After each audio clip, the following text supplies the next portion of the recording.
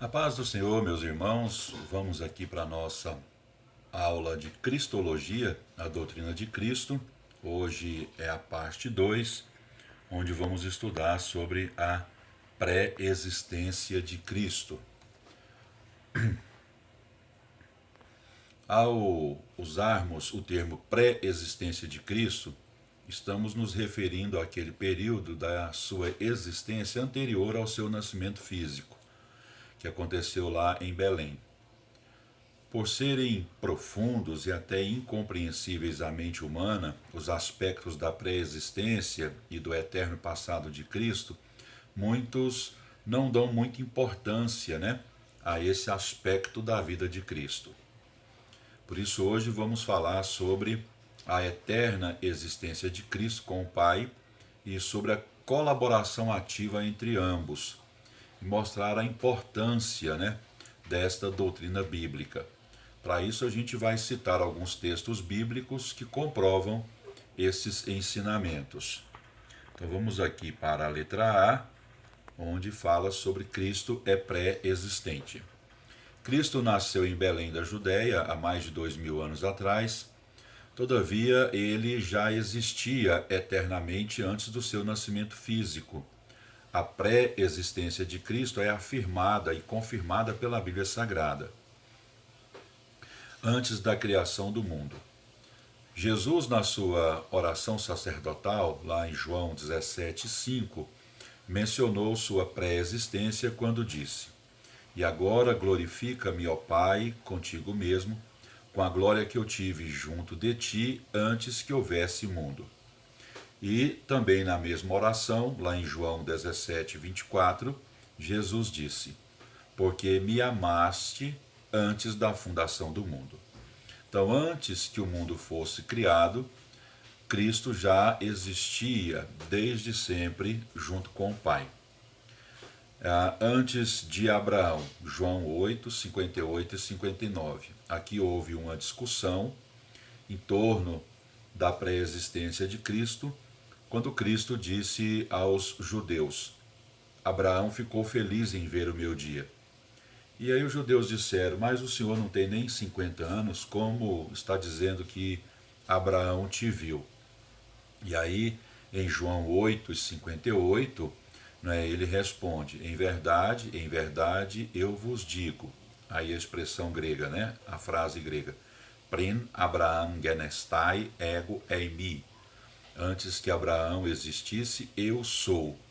Então, quando ele disse ego eimi, eu sou, os judeus entenderam que ele estava se igualando ao Pai, porque essa expressão, eu sou, era uma expressão usada pela divindade para se referir à sua pré-existência, à sua eternidade, Então, quando Cristo disse isso, eles acusaram Jesus de blasfêmia e quiseram apedrejá-lo.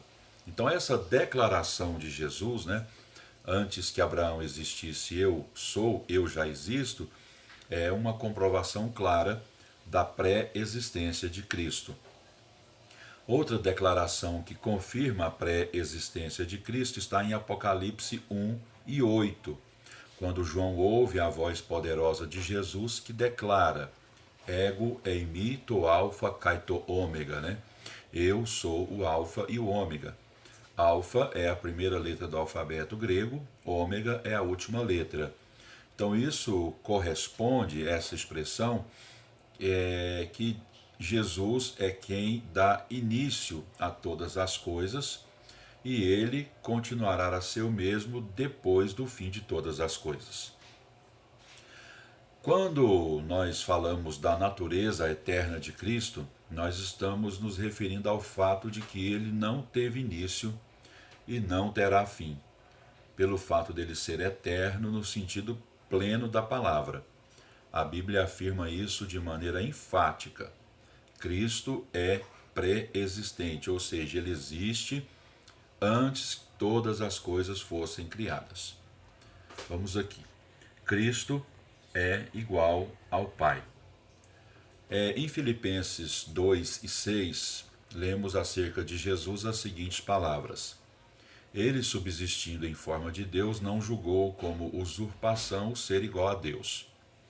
Evidentemente, se Cristo é igual a Deus, ele compartilhou igualmente da eterna existência da divindade. A pré-existência de Jesus Cristo com o Pai pode ser vista em Colossenses 1, 15 a 19. O texto diz: Este é a imagem do Deus invisível, o primogênito de toda a criação, pois nele foram criadas todas as coisas, nos céus e sobre a terra, as visíveis e as invisíveis, sejam tronos, sejam soberanias, quer principados, quer potestades. Tudo foi criado por meio dele e para ele. Ele é antes de todas as coisas, nele tudo subsiste. Ele é a cabeça do corpo da igreja. Ele é o princípio, o primogênito de entre os mortos, para em todas as coisas ter a primazia, porque aprouve a Deus que nele residisse toda a plenitude. E Hebreus 1 e 3 diz: Ele, que é o resplendor da glória e a expressão exata do seu ser, sustentando todas as coisas pela palavra do seu poder, depois de ter feito a purificação dos pecados, assentou-se à direita da majestade nas alturas. Então, esses três versículos, né, esses três textos, essas três referências que nós citamos, demonstram, né, que Cristo é igual ao Pai, possui a mesma essência divina do Pai. Ou seja, ele é uma das pessoas da Santíssima Trindade. Infelizmente, existem os chamados falsos conceitos acerca da pessoa de Jesus. E tem aparecido no cenário mundial muitas seitas, muitas religiões falsas que tentam estabelecer pontos de origem diferentes para as três pessoas da Santíssima Trindade. Dentre elas, o gnosticismo, uma seita com raízes no primeiro século da era cristã e contra a qual se dirigem João 1 e 1. No princípio era o verbo estava com Deus e o verbo era Deus. Depois vamos falar sobre esse versículo com mais detalhes. Mesmo nos dias de hoje, existem religiões, até mesmo denominadas cristãs, mas que não aceitam a igualdade e a pré-existência de Cristo com Deus, o Pai. Entre essas religiões estão o racionalismo cristão, o mormonismo, que é a Igreja de Jesus Cristo dos Santos dos Últimos Dias, as Testemunhas de Jeová e o unitarismo e outras, né? Jesus, porém, declarou definitivamente sua igualdade com o Pai quando disse lá em João 10 e 30 o seguinte: Eu e o Pai somos um. Então vamos observar aqui Cristo, o Verbo eterno de Deus. O Evangelho de João é quem mais diretamente contesta toda e qualquer doutrina que tende a negar a divindade e a pré-existência de Cristo. Depois, com o tempo, você vai ler João, capítulo 1, versículo 1 até o 18. Esse texto apresenta a revelação de Cristo como o Verbo eterno de Deus. Lá em João 1 e versículo 1, diz o seguinte, em grego: En arche en hologos, kai hologos en prostonteon, kai theos en hologos. Ou seja, no princípio era o Verbo, e o Verbo estava com Deus, e o Verbo era Deus. Então essa expressão verbo, né, pertence a uma classe de palavras que expressa a ação, a expressão do pensamento por meio das palavras. No entanto, em João 1 e 1, quando diz en arche en hologos, ou seja, no princípio era o logos, a expressão logos, né, se refere ao próprio Cristo como a palavra, o logos, revelada. Então o logos, que é verbo ou palavra, revela ao homem o coração e a mente de Deus Pai. Na continuação de João 1 e 1, né, diz: o verbo estava com Deus e o verbo era Deus. Jamais houve um tempo em que o logos não existisse juntamente com o Pai. Isso também pode ser visto lá em João 17, versículo 5. E agora glorifica-me, ó Pai, contigo mesmo, com a glória que eu tive junto de ti antes que houvesse mundo. João 1:18 nos diz que ninguém jamais viu a Deus, mas que Jesus, o unigênito que está no seio do Pai, sendo o Verbo de Deus, é quem o revela a nós. Em João 1:14 diz: e o Verbo se fez carne e habitou entre nós. A expressão carne aqui é sarx, que quer dizer assumiu a natureza humana.